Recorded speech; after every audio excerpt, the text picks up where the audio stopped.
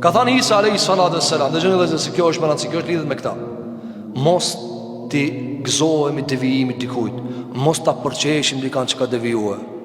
Po, mbroje fejen, mbroje Kur'anin, mbroje hadithin e pejgamberit alayhi salatu wassalam. Po kush të ka thonë me zbraz vëner? Kush ka thonë më kënaq që ka devijuar? A Muhamedi alayhi salam, sikur ti shkon Muhamedi alayhi salatu wassalam gjallë, a çashtu si ti e kish mbrojt fjalën e vet? Ti që bërtet, e klith, e përqesh, e tall, e bullizon me njerëz të cilët kanë x dhe y keq kuptime për fen. E ti në xhelozin ndaj pejgamberit alayhi salatu wassalam dhe për ta dhe për sunetin e tij, e mbron me mënyrat që nuk janë sunetit pejgamberit alayhi salatu wassalam. Mendoje 1 minutë me paskon Muhamedi sallallahu alaihi wasallam gjallë dhe personin që ti e ki karshi, që ti do më shnosh me metodën tënde, a e kish folë çështu pejgamberi alayhi salatu wassalam? Atë kish thonë rehonëse ti më shumë të mor me mori nati mu ti se sa i të mbroj.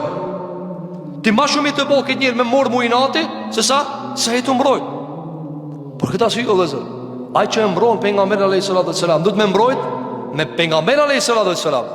Sepse ka mundësi ti me metodën e Abu Jehlit mundosh me mbrojt Muhamedit alayhi salatu wassalam. Edhe te ai tretë çka thot si tjetë Muhamedi alayhi salatu wassalam, çështu?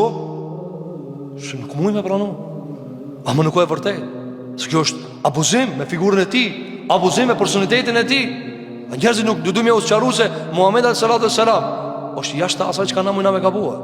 Thot Isa alayhi salatu wassalam, mos folni shumë fjalë jashtë përmendjes të Allahut. Mos e lodh me këtë gjuhë ku s'ka përmendje të Allahut, ku s'ka fitim në ahiret.